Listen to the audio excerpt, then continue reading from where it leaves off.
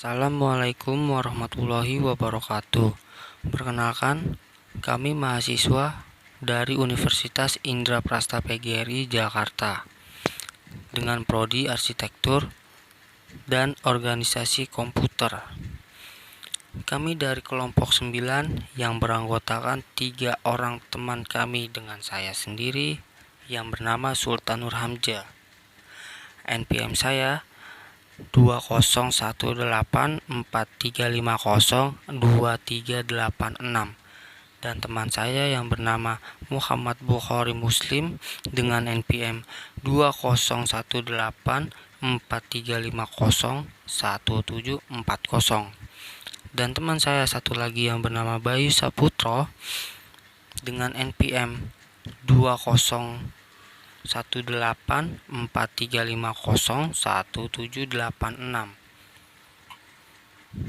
Tujuan kami membuat video ini sebagai tugas utama dari mata kuliah Arsitektur dan Organisasi Komputer.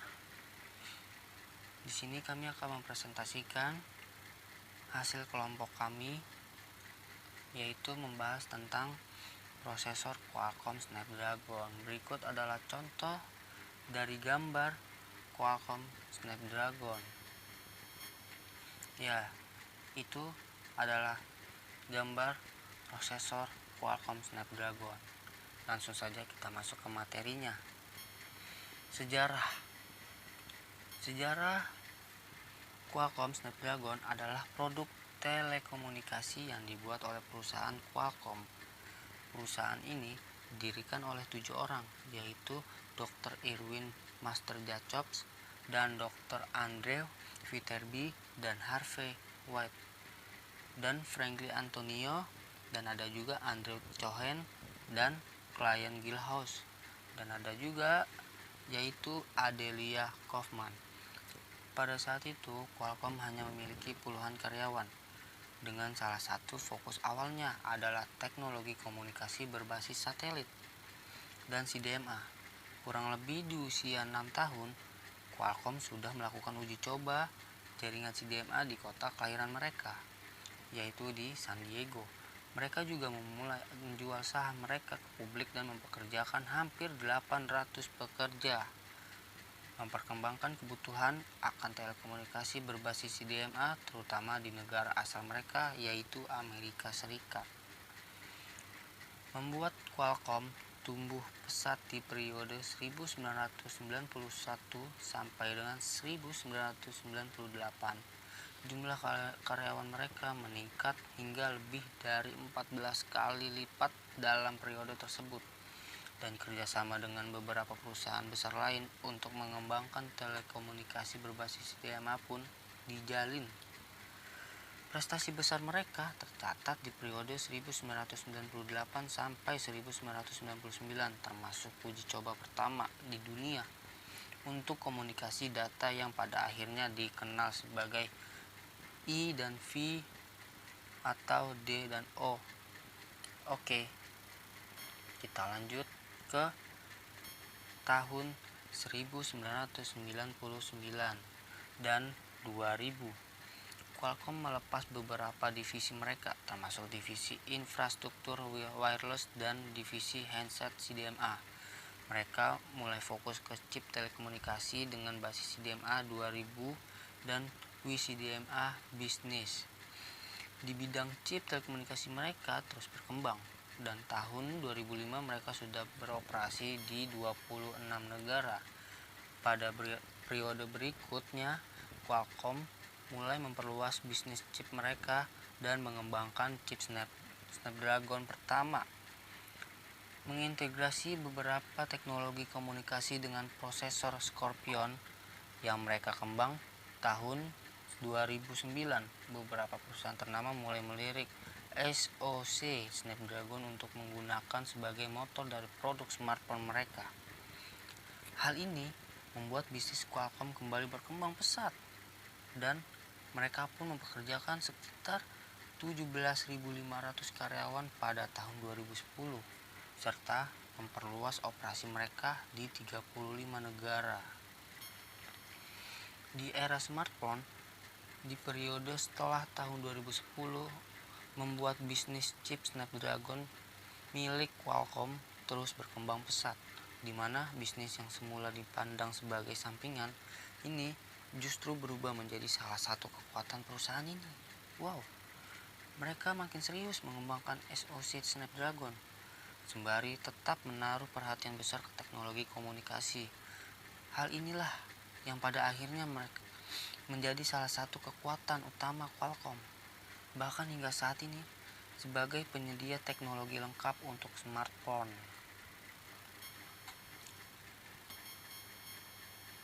Masuk ke era 4G Lite, Qualcomm menjadi faktor pendorong teknologi komunikasi data tersebut, baik dari sisi infrastruktur maupun perangkat. Qualcomm menjadi perusahaan yang pertama kali melakukan demo LTE Advances serta menawarkan SoC Snapdragon 800 yang menjadi motor smartphone LTE Advances pertama di dunia. Hingga saat ini Qualcomm terus mengembangkan SoC mereka sehingga tidak hanya bisa menawarkan CPU dan GPU kencang serta kapabilitas komunikasi yang baik, tetapi juga beberapa hal lain yang makin dibutuhkan di era saat ini, termasuk dari sisi kamera, audio, hingga AI.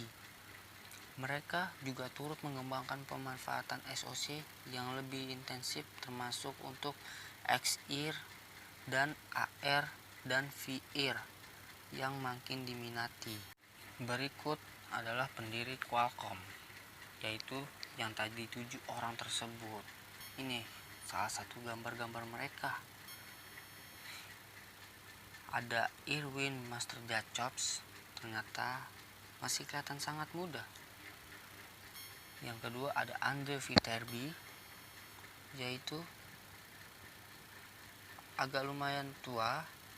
Dan yang ketiga ada Adelia Kaufman dan Harvey White dan Andrew Cohen. Langsung saja kita masuk ke sesi berikutnya.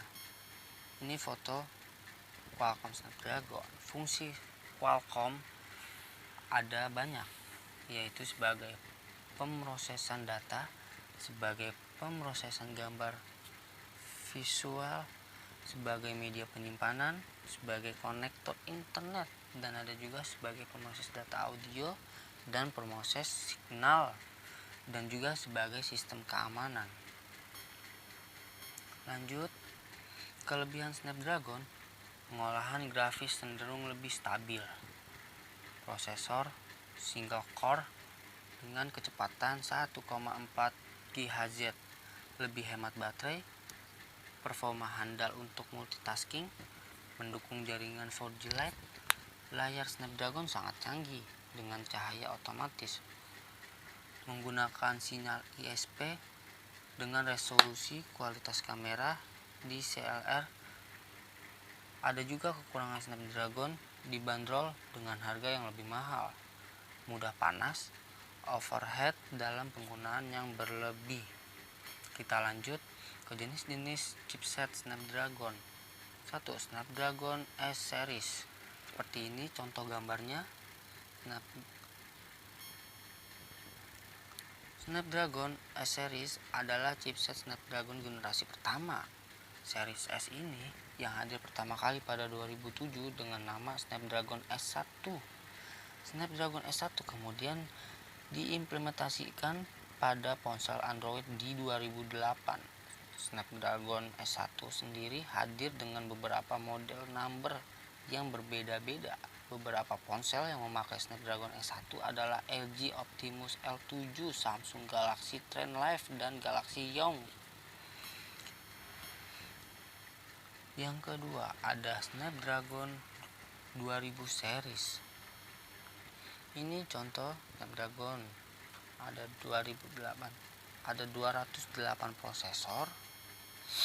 Di tahun 2013 Qualcomm mulai memperbaharui lini produk Snapdragon menjadi beberapa kelas.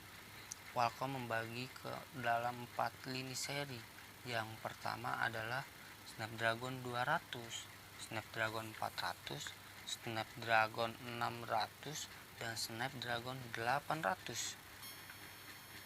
Snapdragon 200 ditunjukkan untuk kelas low entry alias smartphone dengan kelas harga terjangkau. Chipset ini hadir dengan prosesor 2 core dan memakai Adreno 203 sebagai pengolah grafisnya. ZTE Blade V Samsung Galaxy Win dan HTC Desire 700 adalah 3 di antara banyaknya ponsel Android yang memakai chipset ini. Wow, lumayan juga. Yang ketiga ada Snapdragon 400 series. Dan ini contoh. Snapdragon 400 hadir sebagai chipset untuk smartphone dengan harga terjangkau tetapi memiliki performa yang sudah cukup layak untuk sebuah ponsel pintar.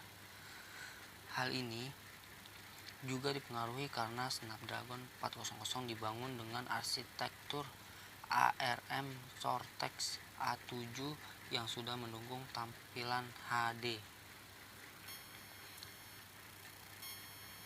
Snapdragon 400 dikembangkan lebih dan memiliki banyak seri, sebut saja Snapdragon 410, 412, 415, 425, 427, 430, 435, dan 429, 439, dan 450.